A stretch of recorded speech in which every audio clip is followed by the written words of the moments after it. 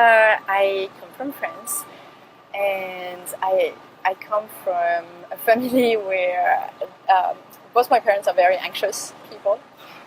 So I grew up in that background, and that's actually this state of anxiety, emotionally and physically, physical manifestation of stress. Like we can all experience that in tension, different levels. That has led me to go on a more spiritual journey. I always felt ever since I can remember there's got to be more. There's got to be more to what I'm experiencing. And I was a happy child, but I felt there were a lot of obstacles and beliefs that were just limiting me in my environment. So I took off. One year I went backpacking around the world, and I just got a massive cultural explosion. And I went to discover, as a way to heal myself from the stress and the anxiety, discovered meditation with my teacher, David G., who was the dean at the Chopra Center. I met David G. I was following some guided meditation from him. He brought in all those ancient wisdoms to the table, and that just comforted me so much in what I was believing, that there was more. I knew we could co-create our life. There are lots of forces guiding us, but when we're clear on what we want to do, and that's why the life coaching resonates so much with me, and when we are committed to healing our wounds, and that's where the meditation, and then for me learning Reiki and practicing Reiki 1 and 2, and different modalities of healing that I integrate into my practice are important, because all this contributes to aligning the mind, the body, and the spirit. And when we're in that place, so imagine like a flute or a channel, it just flows so much better from bottom to the top when you are aligned and when you're clear. So this is, at whatever level that is, starting with just a minor stress, a minor tension in the body, but this could be related to an emotion that gets stuck in the body. So when I work with clients, I work also with the body. I use some tapping techniques using the meridian points that acupuncturists use, because it helps them get unstuck, and not necessarily knowing the story, what has gotten them stuck, to just remove some blocks. So I tap into those different energy and resources that we have. Like, we're not always aware, you start a business, and if I tell you it's important how you're feeling physically about your body, about your business, you may not see what is the point, but the impact is huge. One recently was Happy, where we're going. Communication has been a huge topic. Communication, he has his business and he wants to take it to the other level, so we work together on creating a vision and holding something bigger for him. And I think where it's been the most helpful, the work we've done, was communicating more clearly on what he wants, what he needs, what he expects from them, how to empower them to also, on different level, be your own manager of other people. And so, not going from this place in the head of, I want to do that, this goal is not being achieved. Let's have another perspective, something a little larger to see the whole of it, so we create a vision, and also coming from a heart space. So in the communication, we go from the heart as well. How am I feeling about this? And allowing yourself to be vulnerable, to be truthful, so you can have real conversation and really engage with people on a heart-to-heart.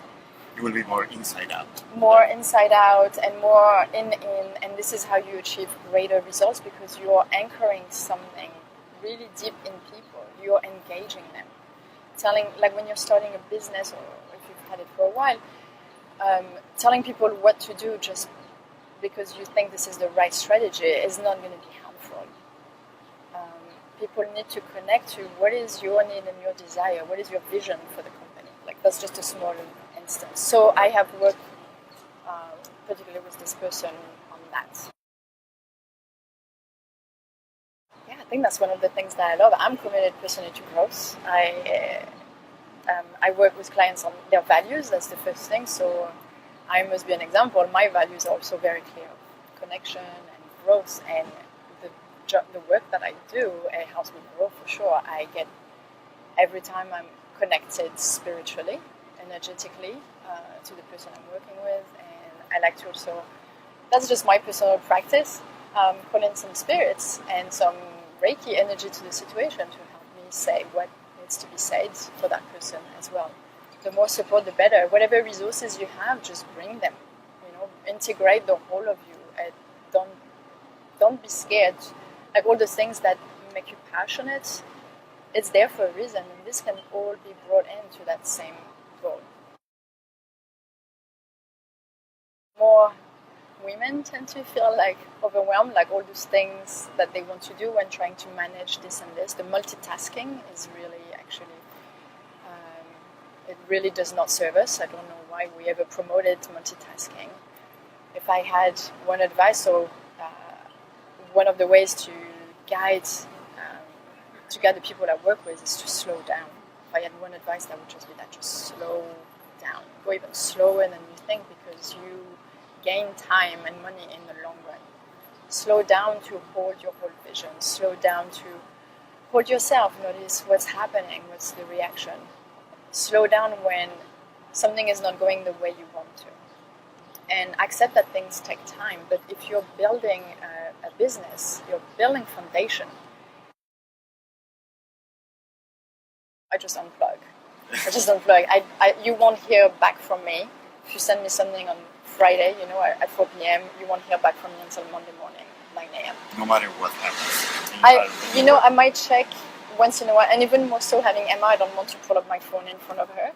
So if we've made plans with friends or like randomly, hey, you want to grab a coffee? Awesome.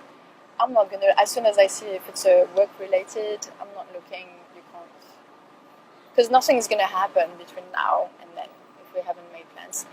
Actually, I'm so glad you asked that, because the first few years that I was here in America, I forgot all about this European tradition. And I was just working, the modeling and writing, and then I wanted to be into acting. And so everything was just all the time. There was no separation and no boundaries.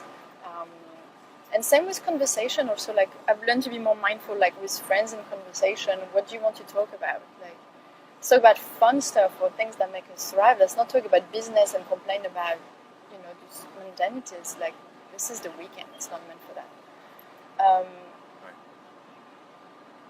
So yeah, and I usually have a phone call with, I say it's my phone call to friends, so either my parents or my sister, and we FaceTime with Emma, and that's important because connections is really important to me.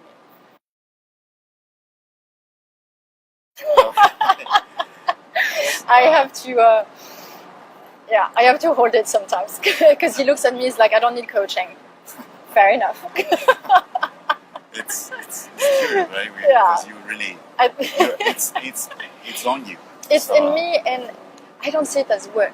Like when we are, I was just talking about it with some of the friends today earlier, that when you're really doing what you love, it doesn't feel like work. Like sometimes my boyfriend will say, you've been working your ass off, you need to take a rest. I'm like, what are you talking about? Like, this was fun, I loved it, I just put some time and energy into it, but it did not feel like work. Yeah, so it depends.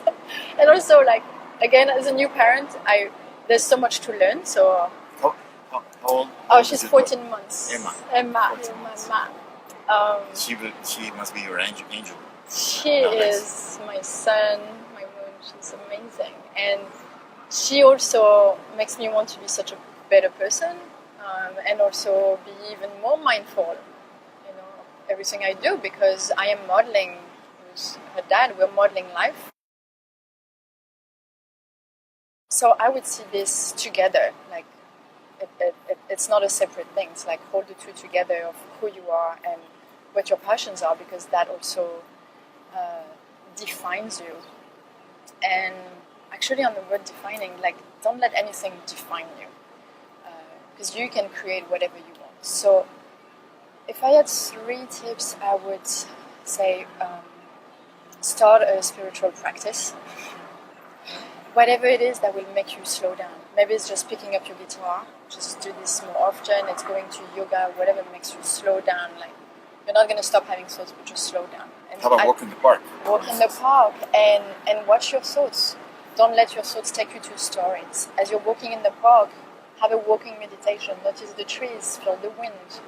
And try not to have judgment. Like right now, there's humidity in the air. We could say, oh, it's murky and disgusting, or we could just say there's humidity in the air without judging it. Right. So that's a walking meditation. Always seeing the positive thing. And not necessarily like positive, just as it is. So that would help you in your business instead of making a judgment. That something is working or not working. Just notice what's happening first, before anything else, before going to a strategy or anything. What's happening? So practicing meditation, any spiritual practice, will train a muscle, not jump to a strategy. Actually, slow down, look back. The second one, once you slow down and you can take all in, set an intention at any time, like whether it's at the very beginning of starting your business or just for the day, every single morning, or a new meeting. Okay, what's my intention? What do I want to see unfold here? And if you're in the creation process, ask yourself, what makes my heart sing? What makes me get up every morning? What gives me so much joy? When was the last time I felt this like fluttering in the stomach and I was just laughing? Or I could talk about for hours. You can see I could talk about this for hours because that makes me really excited because I believe so much in connecting us all and having all the tools to get empowered. Knowing your why. Once you know like what's your intention, what do I want to do? This is essential because that will make you check in. Let's say somebody says, oh, I want a red car. I want a family and I want 3 children.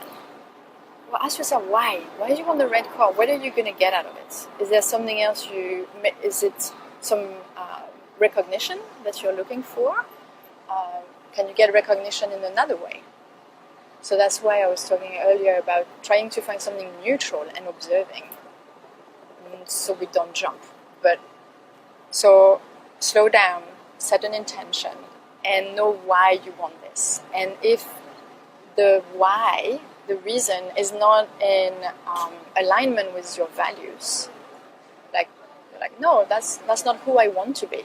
You don't have to be that, but maybe that's not who you want to be someone striving for recognition, and so maybe having a red card doesn't make any sense. So it's a way to check in with yourself, and all these questions about what you're passionate about, what you want to do, all these are pieces of who you are, and you constantly are in the making. And that's why I was talking about a little bit about identity and labeling. You don't have to label yourself to say this is who I am, like all these things. You are in life and in the making. We keep on learning and growing. That's what we should strive for. Sandrine, thank you so much for your time. Thank you. It was a pleasure.